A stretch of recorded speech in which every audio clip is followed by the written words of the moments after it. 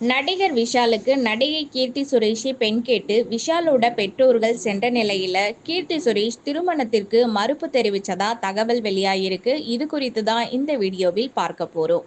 நடிகை கீர்த்தி சுரேஷ் சமீபத்தில் தனது காதலை வெளிப்படையாக அறிவித்தார். கூடிய விரைவில் அவருக்கு திருமணமும் நடைபெற உள்ளது. கீர்த்தி சுரேஷ் பள்ளியில் இருந்து தன்னுடன் சேர்ந்து பயின்ற ஆண்டனி தட்டில் என்பவரை காதலித்து வருகிறார்.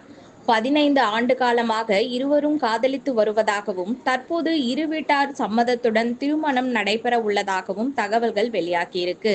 வரும் டிசம்பர் 11ஆம் தேதி கோவாவில் கீர்த்தி சுரேஷுக்கும் அவரது நீண்ட நாள் காதலருக்கும் திருமணம் நடைபெற இருக்கு. திருமணம் மிக எளிமையாகவும் அதைத் தொடர்ந்து பிரம்மாண்ட வரவேற்பு விழாவிற்கு ஏற்பாடும் செய்யப்பட்டுள்ளதாக தகவல்கள் வெளியாகியிருக்கு. திருமணத்திற்கு பின் கீர்த்தி சுரேஷ் கிறிஸ்தவ மதத்திற்கு மதமாற்றம் செய்து கொள்ள இருப்பதாகவும் சமூக வலைதளங்களில் தகவல்கள் வெளியாகியிருக்கு. ஆனால் இது குறித்து அதிகாரப்பூர்வ தகவல்கள் எதுவும் வெளியாகவில்லை.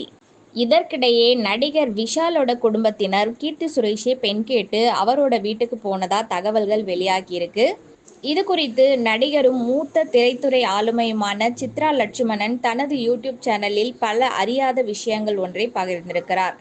அதாவது சண்டைக்கோழி 2 படப்பிடிப்பின் போது விஷாலின் பெற்றோர்கள் கீர்த்தி சுரேஷை பார்த்து அவர்களுக்கு அவரை ரொம்பவும் பிடித்துவிட்டது.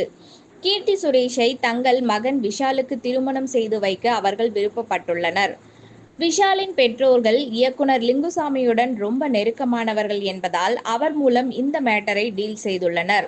லிங்குசாமியும் இந்த விஷயத்தில் ஆர்வம் காட்டி கீர்த்தியிடம் விஷாலின் பெற்றோர்கள் விருப்பத்தை தெரிவித்துள்ளனர்.